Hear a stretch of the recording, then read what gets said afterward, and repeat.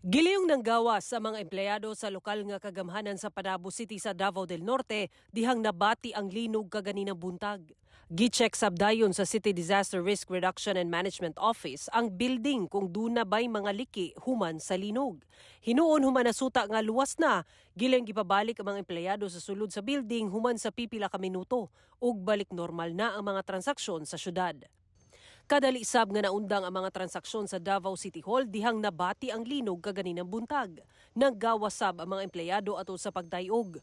Human sa linog, gilayong nag-inspeksyon ang City Engineer's Office. Based sa itong mga previous mga earthquakes diri sa Davao City, labi na ning City Hall itong gina-assess karon.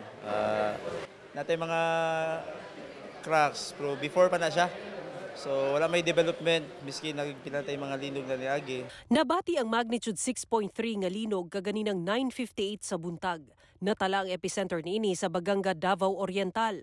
Intensity 3 ang nabati sa Bislig, Surigao del Sur ug Tarragona ug Boston sa Davao Oriental. Samtang intensity 1 ug 2 sa ubang bahin sa Surigao del Sur, Davao Oriental, Sarangani Province, Davao del Norte, Davao City, Davao del Sur ug Cotabato. Sumala sa Office of Civil Defense Region 11, walay na monitor nga danyos ato sa maong pagtayog. Apan padayon ang ilang koordinasyon sa ubang DRRMO kalabot sa epekto sa maong linog.